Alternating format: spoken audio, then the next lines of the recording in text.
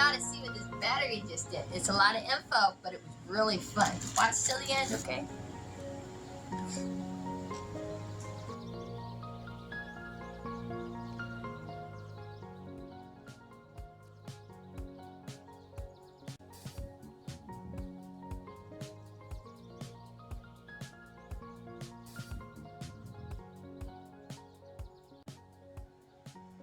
Hey everybody, I am back, moving slow, kind of like a little bit of molasses going around out here.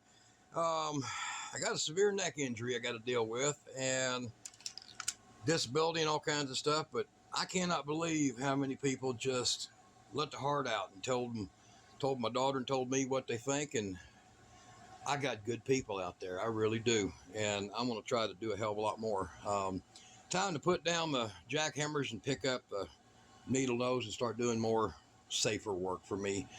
I am starting to get back on my feet, and I'm going to be showing you this. I'm going to show you the insides of this.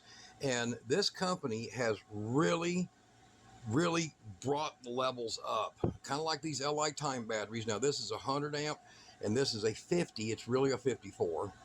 But I want to show you this. So look at my little intro, subscribe, thumbs up, donate. Kira needs it. At least she says so. And we're getting back on track. So this is going to be a neat little battery opened up.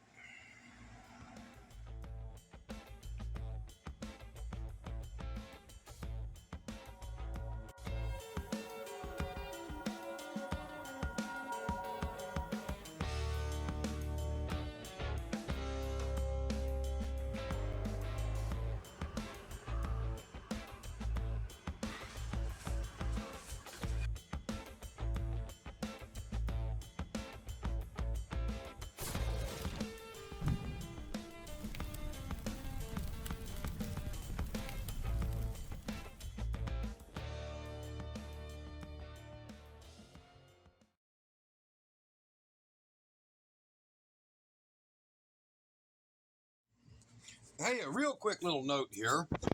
You might notice when Kira does her readings, she gets a, like it says up there, 54 point something something. She uses this meter. It's supposed to be super accurate, and I think it is, but I don't like using a 1000 amp shunt. This one here is a 300 amp shunt, and that's the meter I like. It's actually easier on my eyes. When we got this, I didn't realize it was like it is. It's kind of really small freaking print, and she can read that. So let me show you why with this meter. I'm just going to give it some power. Now you're supposed to have a full battery hooked up to it, passing through all the leads, and then there's a positive back here, right here. There's a positive right there for the battery. Now I don't have that hooked up, but this board will light up just doing it this way, and I'll show you. Then of course, because I don't have a battery hooked up, see there, it don't have a battery hooked up right now, so it'll go into fault there. But that's the reason she gets multiple decimals in her stuff, and for me, not so often. So, all right, just giving y'all a little update. Let's get back to the video. So that makes sense to you?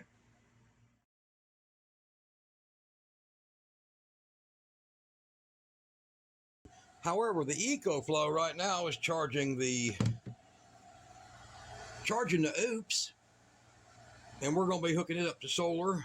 I can't be out in the heat with the pills they're giving me right now, so we're going to have to take it into a probably into a little trailer with air conditioning and hook it up. I think it's okay. I don't like its features. Okay, I love the features of that Bitomen, and those people like it so much they offered me a 50 off to get their next model. Now, so from there to there to there, power in, power from there to here, power from there to here. Yeah, that's hillbilly. Not super efficient, but it's entertaining as hell, isn't it? So right now we've got the input watts, 187 watts. And you guys who say this don't get hot, quit lying. That thing got so hot, it's actually warped. Look at that. It warped. So, I don't know. Let's see how hot does it really get. 190 freaking degrees. As you can see, it is on It is pulling 205, but it's only putting 187 in there. So it is literally wasting, what, 18 watts? Making it into straight freaking heat. And it is hot. All right, so don't like it. All right, now, currently the OOPS is running the charger, and the charger is putting in 16.91 amps at 13.87 volts. This arrived at about 35% charged. So as soon as I get this charged up, we're going to hook it up to this little 500 watt pure sine. This little thing, it's about 15 years old, but it's really good. And we're going to hook it up to that, and we're going to put some loads on it. And I'm going to see if it'll handle something a little bigger. But this internals, we're going to open this up here in a minute. This internals are impressive. This case barely holds what they've put in here, and it's just hilarious.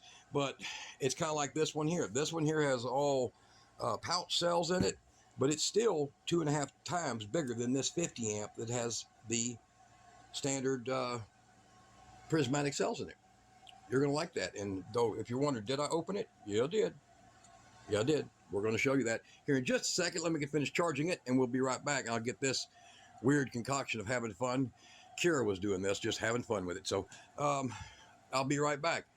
So I can only do so much of this at a time, and you'll get to see it.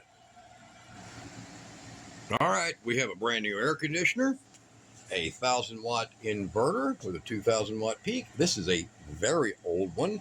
And we have a 500 over here, and we have a 50 amp battery that is now fully charged. See right there, 0 amps. And the BMS, watch it, clicks in, clicks out. See? Saying it's taking a charge, clicks out. And that is one of the features of this battery. It'll constantly, that BMS in there will constantly check a charge. So let me get all this loose, and we'll start a process of testing this and run this thing and see what this little bitty tiny battery can do for a 5,050 BTU air conditioner. And guys, this is a 350 watt air conditioner. Nobody believes that these things use as little power as they do, but it's a special build. So, and go below the video and look for a link. Look for a link for both of them and see what you got. The Digimarker is a hell of a nice brand. We really like those. So what I say?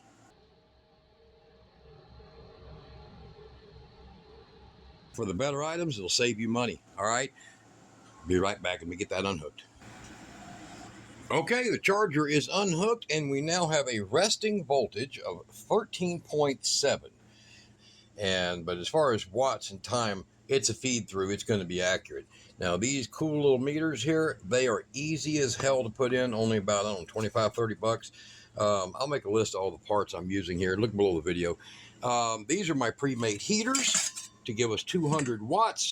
This is one for the pump house, and this is one for the chicken coop.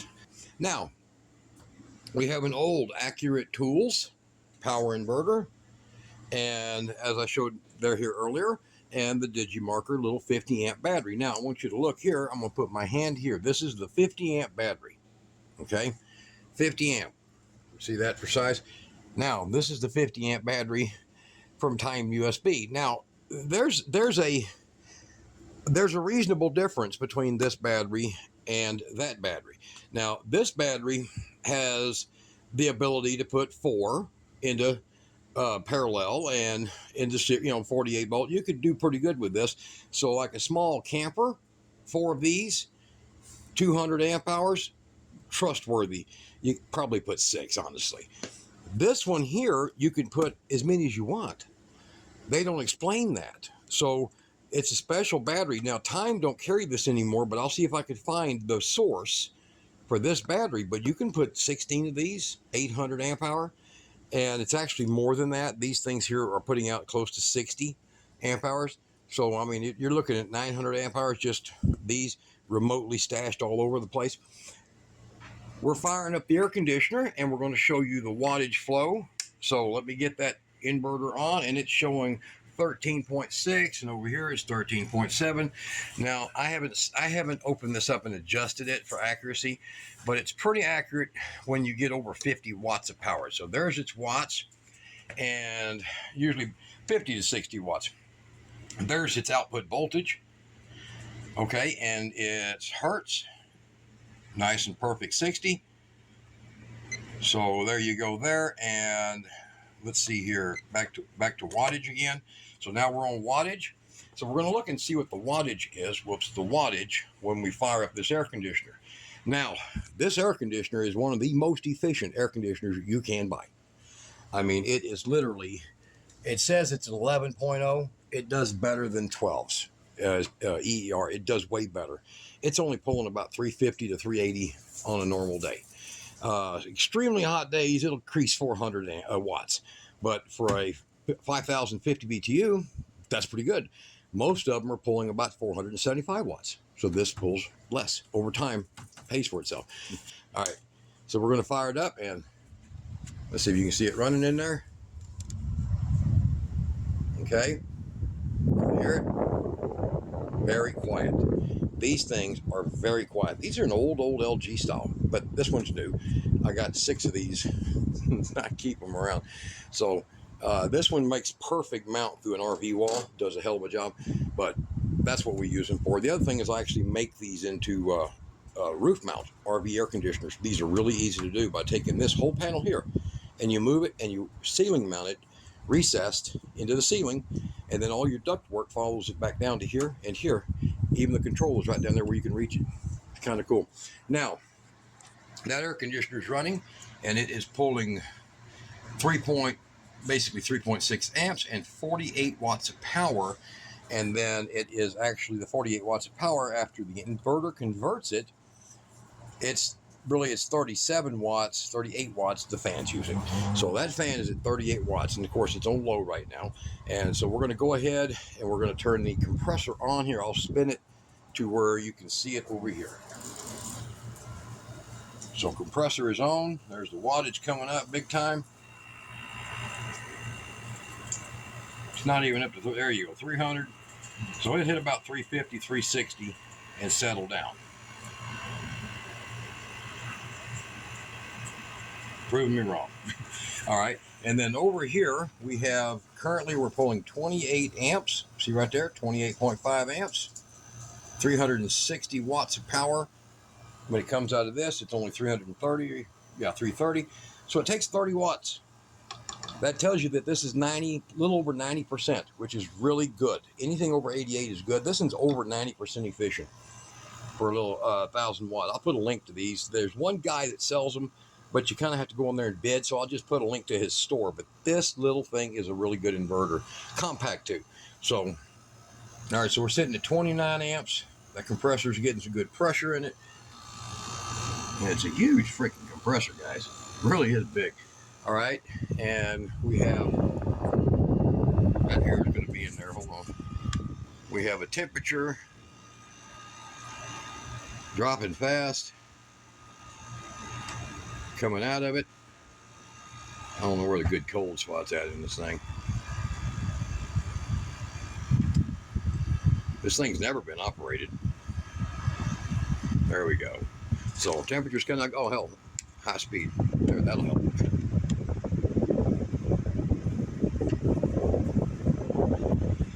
There we go, 29, 24 Fahrenheit, 23, there you go, 17. So this thing will frost up. You got to be careful. It's about 78 degrees in the shop right now. It's not kind of warm, but we're going to run this air conditioner and we're going to pull that, and then we're going to hook into this one. So we got 2 inverters going to be running, that one and this one, and I'm going to hook in an additional 10 amps or so. So we're going to pull near the max right here. So there we go here. We're looking at now 38. All right, that's this one here. This little 50 amp battery can handle some stuff, guys. So we're sitting at 38. This is goofy, isn't it? We're running an air conditioner and a heater. We're running heaters and air conditioners. So we're pulling a constant 48. Let's see if she lets it happen, right? Right?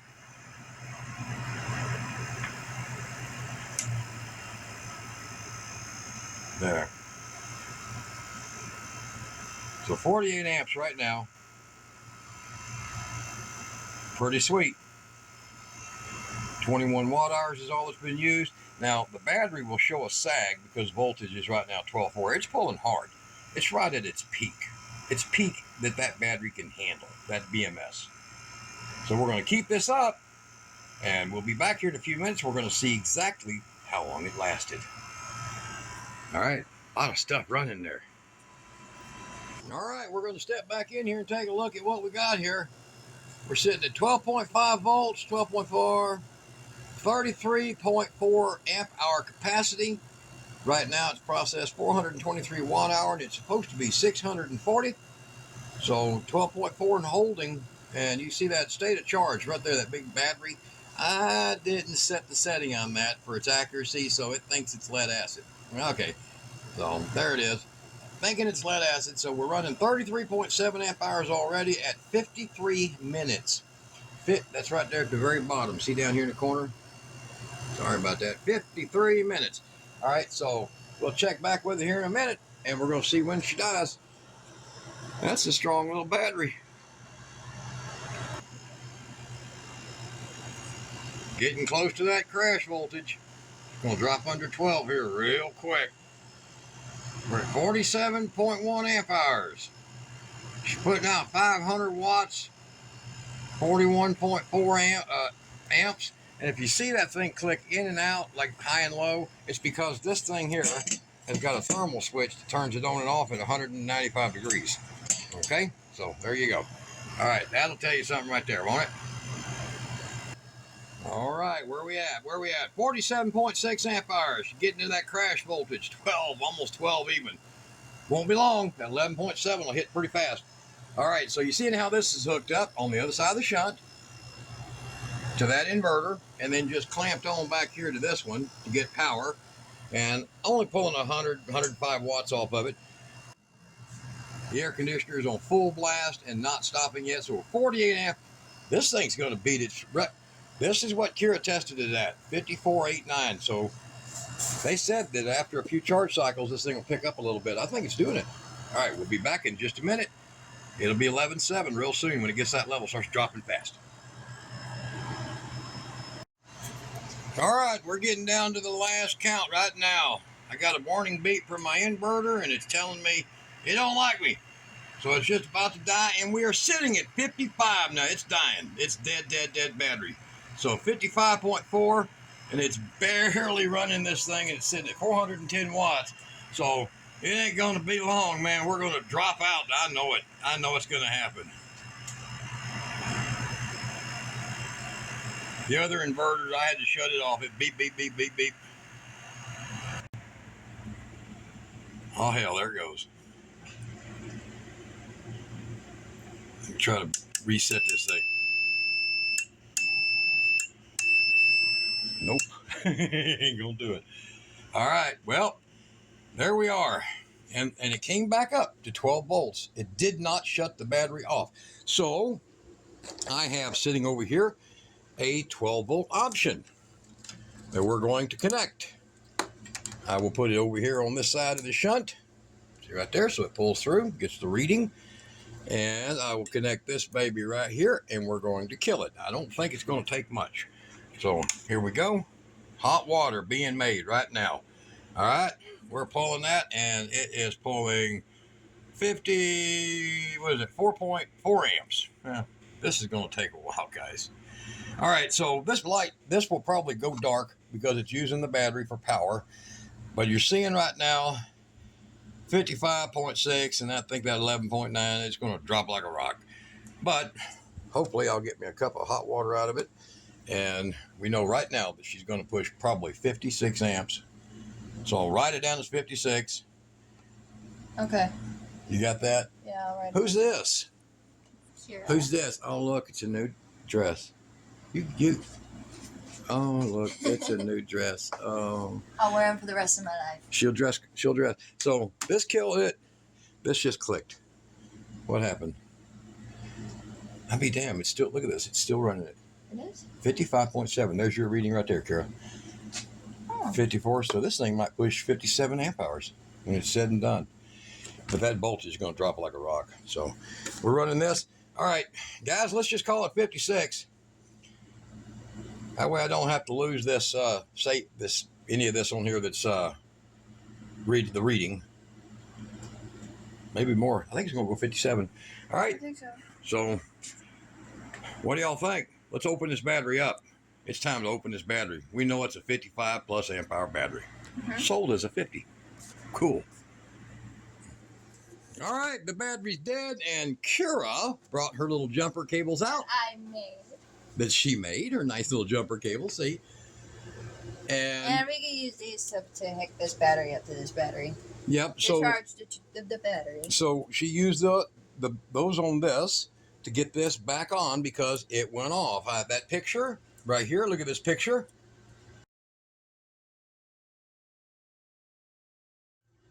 I took that picture literally before it turned dark. I mean, it was like click, a second, boom, dark.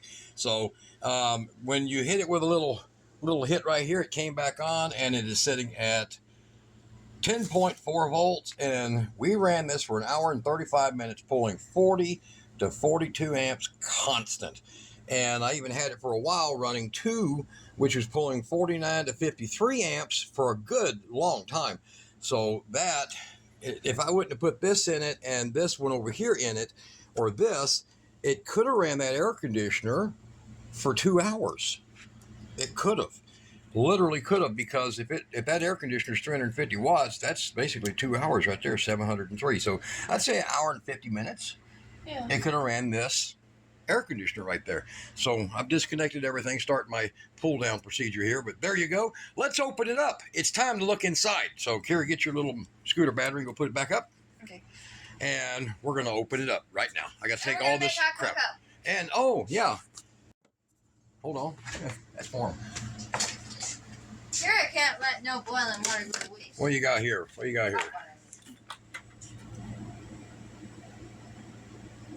Well, it's not hot enough, Kira. Go wait. You can go heat that up more. All right, so it didn't get a chance to get that hot. This thing here takes about 14 minutes to make a hot pot, and it didn't have that much left in it.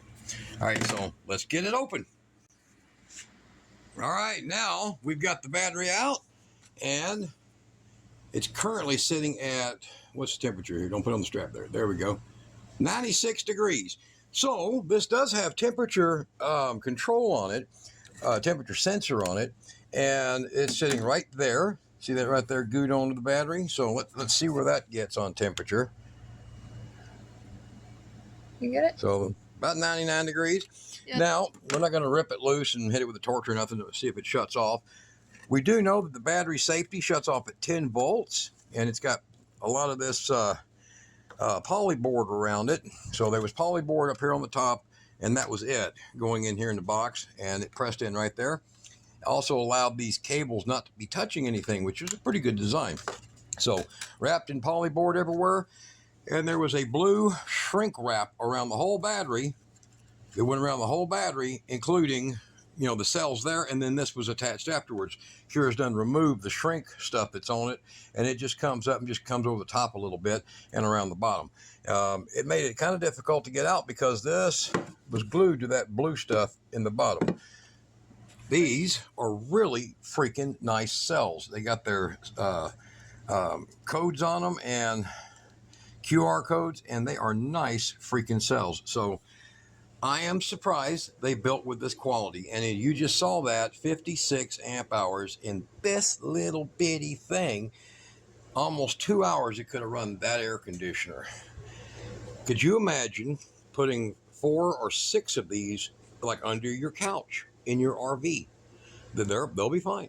And you just run them with just some standard 6-gauge cable and good lugs. But you could run 6-gauge cable, run them all the same length though, make sure they're all the same length, and to a main bus bar, and run a 3,000 watt inverter easily off of 4 or 6, about 6 of them I'd say, if you do 6 of them.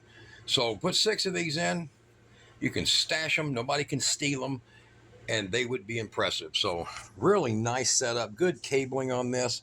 Now the only thing I'd see here is, now they do got lock washers on here, gripped style lock washers, so it is good on here. But that's the only thing I don't see any of that goo on, is these for the cables. Everything else has got it. Everything else has got it. So you can see here was some of that wrap tape that was on here. But it's got a compression strap, and it's not real tight, but it does have the hard points there. It's hard plastic, so not too bad. I do like the construction of this battery. This is a very nice little battery. So it's kind of warm, but that's what you should expect after the test we just did. A real life test. Is that correct, Kara? Mm-hmm. It's a real life test, isn't that way? Isn't that? And I got hot cocoa out of the deal. And you got hot cocoa out of the deal. I put it in the other room. Ain't that funny? She had 20 seconds is all it took, in the microwave, but instead of a minute. But what the hell, right? We had to draw it down to dead. All right, guys, I'll put the links to everything below. And the next video coming up is about inverters and grounding them and why you shouldn't. We got to talk to people about the difference. These companies put a ground lug on it. It doesn't need it. It's not related to manufactured voltage versus generated voltage. You got to understand that, because this is how you end up with power in your solar panels. This is how you end up with a backwards track load on your controllers, everything. And your batteries get killed. Don't ground it. We're going to get into that. Hopefully, I don't know how many people still watching, but all right. Digimarker.